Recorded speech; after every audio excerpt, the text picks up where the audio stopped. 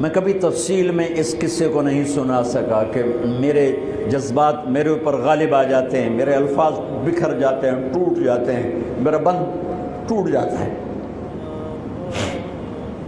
لیکن اس کی متھ کیا ہے؟ یہ کیوں ہوا؟ یہ کیوں ہوا؟ یہ اس لیے نہیں ہوا کہ 10 دن رو پیٹ کے تم چھٹی کرو، اس لیے نہیں ہوا۔ ایک سبق ہے، ایک پیغام ہے کہ اللہ کو راضی کرنے کے لیے اتنی بازی لگانی پڑے تو لگاؤ۔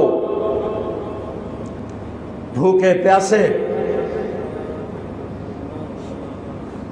کہ گرمی کے روزے آتے ہیں 12 گھنٹے پیاس میں آدمی تڑپ کے رہ جاتا ہے۔ تمہیں خبر ہے میرے نبی کی اولاد 72 گھنٹے پیاسے،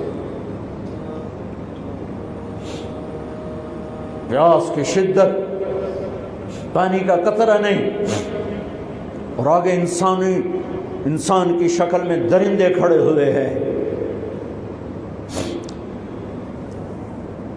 جب سارے جان نثار شہید ہو گئے، تھوڑا سا سنا بھی دیتا ہوں، جب سارے جان نثار شہید ہو گئے تو پیچھے اہل البیت رہ گئے۔ اہل البیت، سب سے پہلے شہید کا نام بتاتا ہوں، مسلم بن اوسج، جو امام صاحب کے، امام علی مقام کے قافلے میں جو پہلے شہید ہیں، مسلم بن اوسج۔ اور ان کی طرف سے جو 2 پہلے قتل ہوئے، سالم اور یسار، اور ان کو قتل کرنے والے تھے عبید اللہ بن عمیر الکلبی۔ ایک ابن زیاد کا غلام تھا، ایک ربیعہ بن زیاد کا غلام تھا۔ وہ دونوں نکلے تو اس کے مقابلے کے لیے بربر بن خضیر اور حبیب بن مطاہر نکلے حسین علی مقام کے لشکر سے۔ تو عمیر بن وہب کلبی وہ کوفے سے اٹھ کے آئے تھے، کوفے سے بیوی سمیت آئے تھے، بیوی کا نام ام وہب، حبشی تھے۔ کہنے لگے مجھے اپنے اوپر قربان ہونے تھے، میں اکیلا ان دونوں کو کافی، ان دونوں کو ہٹا دے۔ اور ننگے بدن تھے، ننگے بدن، جسم پہ کچھ نہیں۔ کہا میں تو مرنے ہوں، میں کیوں زیرہ پاما جو میں جیونا ہے، میں تو مرنا ہے۔ ننگے بدن تھے۔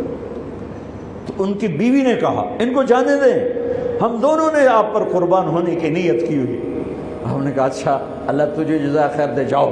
تو اس اکیلے نے دونوں کمبختوں کو جہنم میں پہنچا دیا، سالم اور یسار۔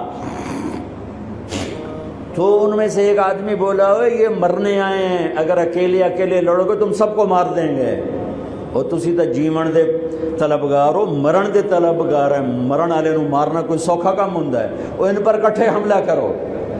پھر حملہ عام ہوا تو پہلے شہید ادھر سے مسلم بن اوسج، جب وہ گر رہے تھے تو کہہ رہے تھے حسین کی حفاظت کرنا جب تک سانسوں میں سانس باقی۔